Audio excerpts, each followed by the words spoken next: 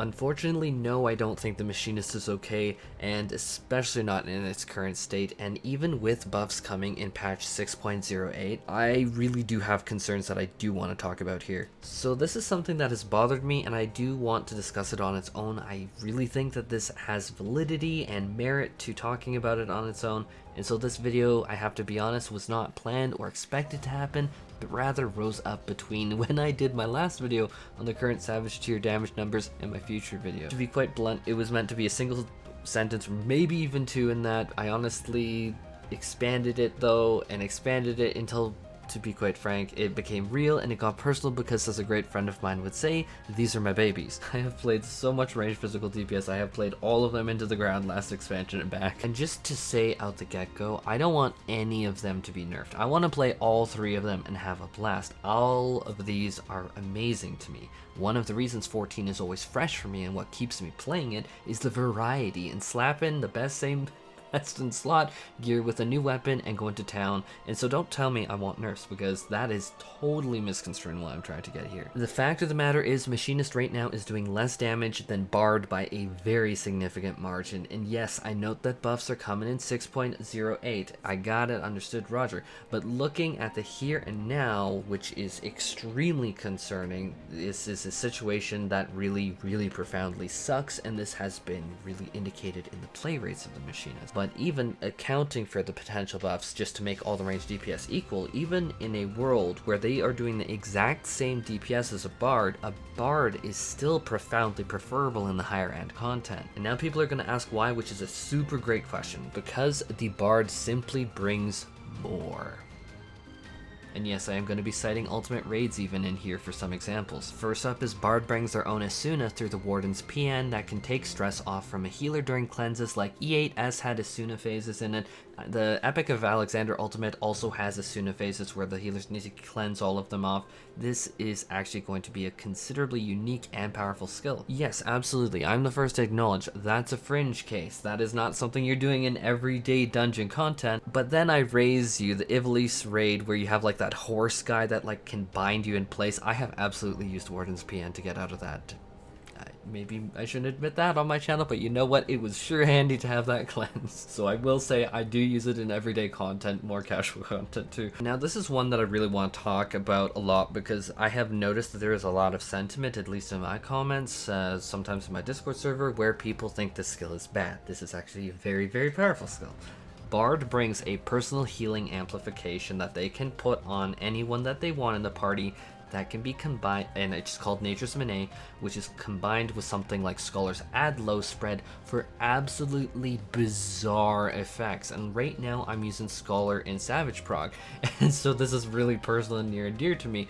But this Nature's Minne is combined with Scholar's Add Low for an absolutely nutty amount of shielding, like enough to pretty much negate and void a complete mechanic just on its own. But even in other situations where maybe you're not looking at like voiding a mechanic and just making it disappear, this can assist in bringing back a tank from like 0 or 1 HP. Well, technically Super Belied and Holmgang are 1, you know what I mean. But now let's talk about like how crazy this can get, and let's line things up all nice in a bow. So Warrior uses Thrill of Battle for 20% more healing. Bard uses Nature's Minne for 20% more healing on top of that. Now Scholar uses Dissipation for plus 20% more healing. Scholar then uses Protraction on said Warrior for 10% more healing. We're looking at 20 plus 20 plus 20 plus 10 is going to be equal to 70% more barriers, which Add Low today is 300 potency baseline at a conversion rate of 180%, which is going to produce a 540 potency barrier. So we're taking 540 multiplied by 1.7 is going to result in a 918 potency barrier. And I need to be very clear here that 918 potency is a staggering amount to put on top of the entire party's health bars. It is going to be very difficult for a mechanic to break through that. That is more HPS potency, I don't know how else to describe it, more healing potency or power than if you combine White Mage's super expensive Cure 3 600 potency burst, which is like legendary as a skill,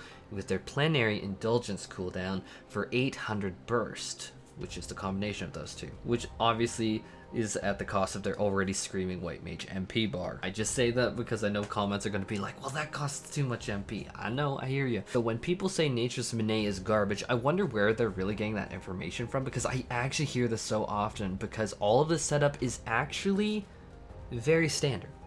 That's not unique. That's not a special setup. I'm not talking about doing something janky, like even adding Fey Illumination. Actually, you'd call that standard too. That's very accessible when you plan for it.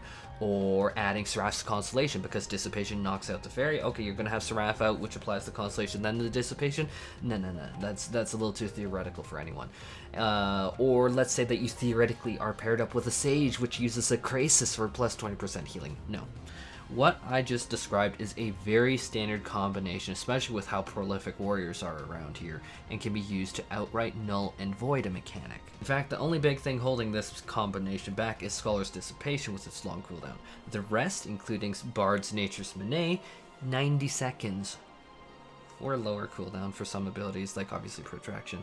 So a Bard can theoretically buff every single last Adlo deploy. But apparently Nature's Minne is terrible. Now a lot of people will disagree with me on this one, but you know what? I actually really think that this mobility ability is incredibly super underrated. I think that, yeah, sometimes you'll need a little bit of practice, but when you get the practice, it's just like, I'm thinking like E12S, how often I was like going into like a inter card, and then, oh, you need to spread. Oh, all of a sudden this ability is really good. Obviously there's more cases for it, like E11S cycles. Like, there were many uses for this skill. The Bard's backward leap on a 30-second cooldown, you bet this is an advantage over the Machinist. Machinist has nothing like it, no mobility ability. And now here is another thing that a lot of people won't think about because it's not on the nose obvious utility, is Bard brings something Machinist absolutely can't do in any capacity. Multi-dotting, where the Bard can saddle up 2 or 3 or 4 targets, and yes, you can manage it. I'm thinking like, what is it, E10S, the one with all the like pigeons that float around and go caw. You really don't want that raid boss over your car. Oh god. But it's very easy to saddle up 2, 3, 4 targets with the damage over time effects and maintain them very easily. Iron Jaws makes that actually very simple for you. So now I've really shown that case, and now I propose the question: how am I able to justify playing a Machinist when a Bard is doing the exact same damage as I am, in current content much more damage than I am, and be able to just bring so much more of a kit with so many more tools, fun things to play with, and honestly powerful combos? Now, I'm not going to go in the same level of depth, but Dancer, when it gets its buffs and is brought up to the Machinist or the Bard's level now, which I'm assuming it's going to be all kept up around the same level around where Bard's at right now. Again, no confirmation, don't know until the patch notes, that's why I'm not making a video on it. I know people want me to like hype train, hype beast it.